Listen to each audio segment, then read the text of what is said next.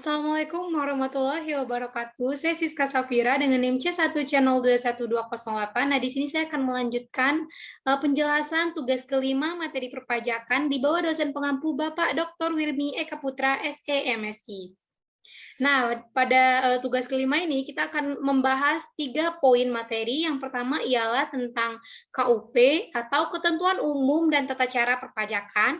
Yang kedua ada hak dan kewajiban dari wajib pajak dan juga Fiskes. Yang ketiga mengenai NPWP dan juga NPPKP.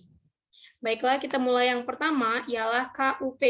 Nah, menurut Undang-Undang Nomor 28 Tahun 2007 tentang Ketentuan Umum dan Tata Cara Perpajakan atau KUP, menyatakan bahwa pajak adalah kontribusi wajib kepada negara yang terutang oleh wajib pajak atau pribadi atau badan usaha yang bersifat memaksa berdasarkan undang-undang dengan tidak dapat menerima imbalan secara langsung dan digunakan untuk keperluan negara bagi sebesar-besarnya kemakmuran rakyat. Nah, dalam Undang-Undang KUP sendiri, KUP telah mengalami 3 kali perubahan sejak diundang-undangkan pertama kali dengan Undang-Undang Nomor 6 Tahun 1983 yang berlaku mulai 1 Januari 1984. Nah, perubahan pertama dilakukan Undang-Undang Nomor 9 Tahun 1994 yang berlaku pada 1 Januari 1995. Nah, perubahan kedua dilakukan Undang-Undang Nomor 16 Tahun 2000 berlaku tanggal 1 tahun 2001. Nah, perubahan terakhir atau perubahan ketiga dengan Undang-Undang Nomor 28 Tahun 2007 yang berlaku tanggal 1 Januari 2008. Nah, di sini kita akan melihat dan juga membahas istilah-istilah perpajakan. Istilah dasar ya, sebenarnya enggak ini aja istilah dasarnya. Kalau kalian mau lebih lengkapnya lagi, bisa baca di makalahnya, karena kita mengingat durasi ya. Kita mulai saja. Yang pertama ada wajib pajak atau WP. Wajib pajak adalah organisasi atau orang yang meliputi pembayaran, pemotongan pajak, pemungutan pajak, yang mempunyai hak dan kewajiban perpajakan sesuai dengan ketentuan perundang-undangan perpajakan. Yang kedua ada badan. Badan adalah sekumpulan orang atau modal yang merupakan kesatuan baik yang melakukan usaha maupun tidak, yang meliputi seperti PT, CV, firma ataupun badan usaha yang memiliki badan hukum dan juga badan usaha daerah dengan nama dalam bentuk apapun. Nah, yang ketiga ialah masa pajak. Masa pajak ialah jangka waktu yang menjadi dasar bagi wajib pajak untuk menghitung, menyetor, dan juga melaporkan pajak yang terutang dalam suatu jangka waktu tertentu sebagaimana yang telah ditentukan dalam Undang-Undang Perpajakan. Nah, yang keempat ialah tahun pajak, di mana jangka 1 tahun kalender kecuali bila wajib pajak menggunakan tahun buku yang tidak sama dengan kalender. Nah, bagian tahun pajak ialah bagian dari 1 tahun jangka waktu pajak. Nah, selanjutnya ialah hak dan kewajiban wajib pajak dan juga Fiskes. Yang pertama kita akan melihat hak dari wajib pajak. Yang pertama, hak atas kelebihan pembayaran pajak. Yang kedua, hak dalam hal wajib pajak dilakukan pemeriksaan. Yang ketiga, hak untuk mengajukan keberatan atau bandingan ataupun peninjauan kembali. Yang keempat, hak kerahasiaan. Yang kelima ada hak untuk pengangsuran atau penundaan pembayaran. Hak keenam yaitu hak untuk penundaan pelaporan SPT tahunan. Selanjutnya hak untuk pengurangan pajak bumi dan bangunan. Yang kedelapan, hak untuk mendapat pajak ditanggung pemerintah. Yang kesembilan, hak untuk mendapat intensif perpajakan. Nah, selain ada haknya, pasti ada kewajiban. Nah, kewajiban dari wajib pajak itu sendiri ialah yang pertama ialah kewajiban untuk mendaftarkan diri. Seperti kita harus mendaftarkan diri kepada Fiskes untuk pembayaran pajak. Yang kedua ialah kewajiban pembayaran, pemotongan atau pemungutan dan juga pelaporan pajak. Nah, kita berkewajiban membayar pajak per tahunnya. Yang ketiga ialah kewajiban dalam hal diperiksa. Nah, selanjutnya ialah hak dan kewajiban Fiskus. Seperti yang kita ketahui, Fiskus adalah yang bertugas sebagai pemungutan pajak, pemungut pajak yang atau kita sebut aja pemerintah. Nah, dilansir dari Oxford Classic Dictionary, kata Fiskus sendiri berasal dari istilah Latin yang berarti keranjang atau kantong uang. Nah, istilah fiskus ini dapat berkaitan dengan konteks administrasi ya, yang berarti dana publik yang dipegang oleh gubernur atau pemerintah. Nah, baiklah kita lihat wewenang dan juga tugas dari Fiskus. Yang pertama, menerbitkan surat ketetapan pajak. Yang kedua, ada menerbitkan surat tagihan pajak. Yang ketiga, menerbitkan keputusan. Yang keempat, melakukan pemeriksaan. Yang kelima, ialah melakukan penyegelan. Yang keenam, melakukan pengangkatan pejabat untuk melaksanakan peraturan perundang-undangan perpajakan. Nah, selanjutnya ialah hak dari Fiskus atau pemerintah.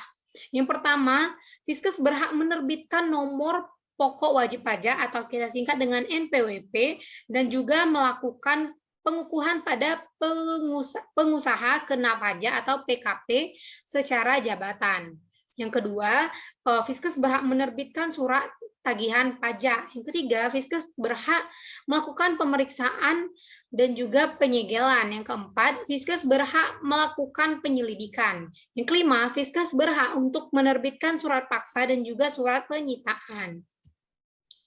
Nah, untuk kewajiban Fiskus ini sendiri dibagi menjadi dua. Yang pertama ada kewajiban umum dan juga kewajiban khusus. Kita mulai dengan yang pertama, ialah kewajiban umum.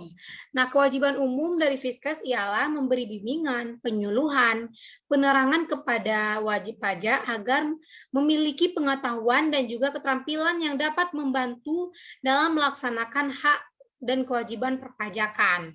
Seperti yang kita ketahui ya, kalau di Indonesia sendiri telah menganut self-assessment system, seperti yang telah kita bahas sebelumnya di materi sebelumnya. Nah, di sini Fiskus dalam hal tersebut. Nah, yang kedua ialah kewajiban khusus dari Fiskus. Nah, yang pertama, wajib menerbitkan NPWP sementara dalam jangka waktu 3 hari setelah formulir permohonan pendaftaran diterima. Yang kedua, wajib menerbitkan NPWP dalam jangka 3 bulan setelah formulir permohonan pendaftaran diterima. Yang ketiga, melakukan penerbitan surat keputusan atas pengukuhan pengusaha kena pajak atau PKP dalam jangka waktu 7 hari setelah formulir permohonan pendaftaran diterima.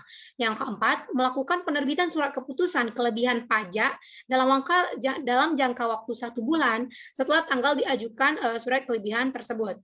Yang kelima, melakukan penerbitan surat pemerintah pembayaran kelebihan pajak dalam jangka 1 bulan setelah diajukan surat keputusan kelebihan perpajakan.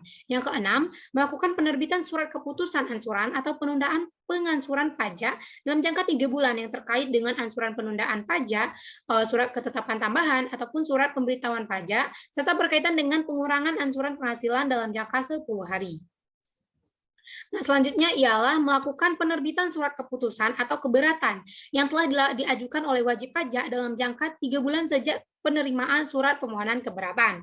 Nah, selanjutnya wajib merahasiakan data atau informasi yang berkaitan dengan wajib pajak, memberikan keputusan yang berkaitan dengan pengurangan atau penghapusan bunga, denda, serta kenaikan dan juga pengurangan atau pembatalan yang berkaitan dengan ketetapan pajak dalam jangka 3 bulan terhitung sejak tanggal penerimaan permohonan. Nah, yang terakhir ada wajib merahasiakan data dan informasi yang berkaitan dengan wajib pajak. Berarti pemerintah tidak boleh membeberkan data dari wajib pajak atau yang membayar pajak.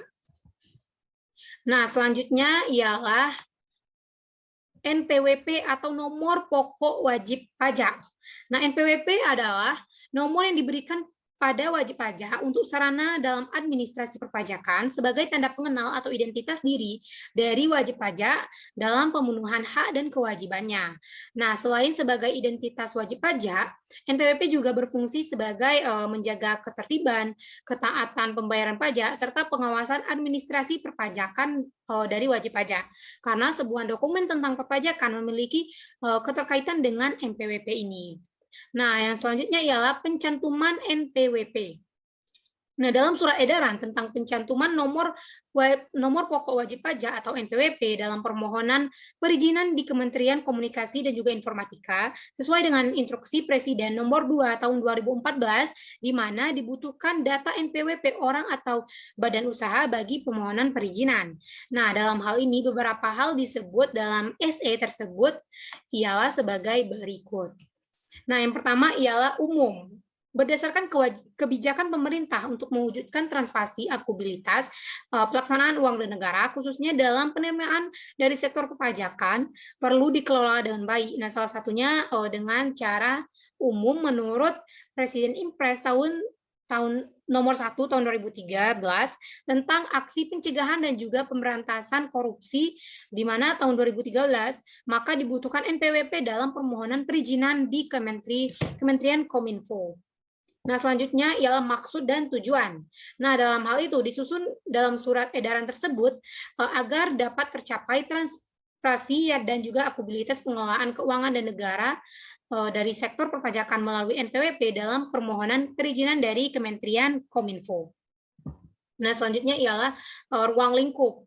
Nah, dalam ruang lingkup ini tersendiri dilihat dari yang pertama ada menuliskan nama, alamat, untuk pribadi atau badan hukum. Yang kedua, mencantumkan NPWP dalam berkas permohonan. Yang ketiga ialah dasar. Dalam surat ini dibuat untuk memperhatikan Undang-Undang Keuangan Negara Nomor 17 Tahun 2003 tentang keuangan negara dan juga instruksi Presiden Nomor 1 Tahun 2013 tentang aksi pencegahan dan juga pemberantasan korupsi.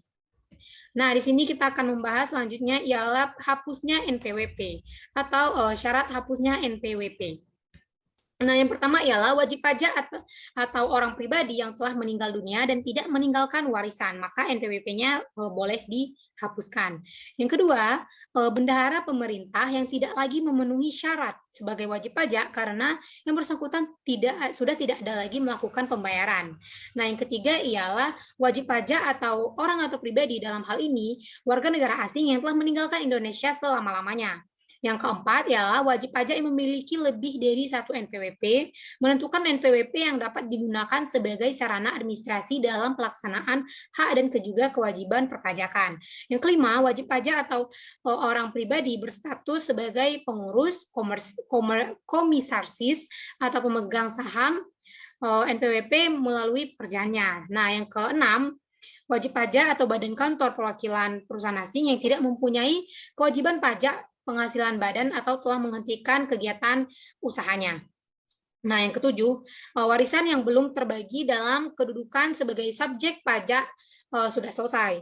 Nah, yang ke-8, wanita yang sebelumnya telah memiliki NPWP dan menikah dan tanpa membuat perjanjian pemisahan harta warisan yang tidak ingin melaksanakan hak dan juga kewajiban dalam pemenuhan perpajakan. Nah, selanjutnya ialah mengenai NPPKP atau nomor pengukuhan PKP. Nah, dalam hal ini nomor pengukuhan PKP ialah merupakan yang disematkan saat pengusaha dikukuhkan sebagai PKP lewat surat pengukuhan PKP. Nah, jika badan usaha atau pengusaha sudah melakukan nomor PKP, berarti PKP tersebut sudah dinyatakan resmi menjadi PKP. Dengan demikian, terkait kewajiban perpajakan yang terutang bagi PKP. Nah, selanjutnya ialah fungsi dari PKP itu sendiri. Yang pertama ialah sebagai identitas PKP yang bersangkutan, selanjutnya selain NPWP. Yang kedua sebagai penanda bagi PKP. Yang ketiga sebagai pengawasan administrasi perpajakan bagi PKP. Nah, yang selanjutnya ialah pencabutan pengukuhan PKP. Nah, dalam yang pertama ialah PKP dengan status wajib pajak non-efektif. Yang kedua, PKP yang tidak diketahui keberadaannya atau kegiatan usahanya, tidak ada lagi. Yang ketiga ialah PKP menyalahgunakan status PKP-nya. Yang keempat, PKP pindah alamat ke wilayah kerja kantor, pelayanan pajak atau yang lainnya. Yang kelima, PKP sudah tidak memenuhi persyaratan sebagai PKP. Yang keenam, PKP telah dipusatkan tempat terutangnya pajak atau PPN di tempat lain. Nah, yang ketujuh, PKP yang sudah tidak memenuhi syarat subjektif ataupun objektif sesuai dengan ketentuan perundang-undangan perpajakan. Nah, baiklah, sekian terima kasih. Materi kelima ini telah selesai. Mohon maaf jika ada kesalahan. Saya tutup dengan billahi taufiq wal hidayah. Assalamualaikum warahmatullahi wabarakatuh. Sampai jumpa.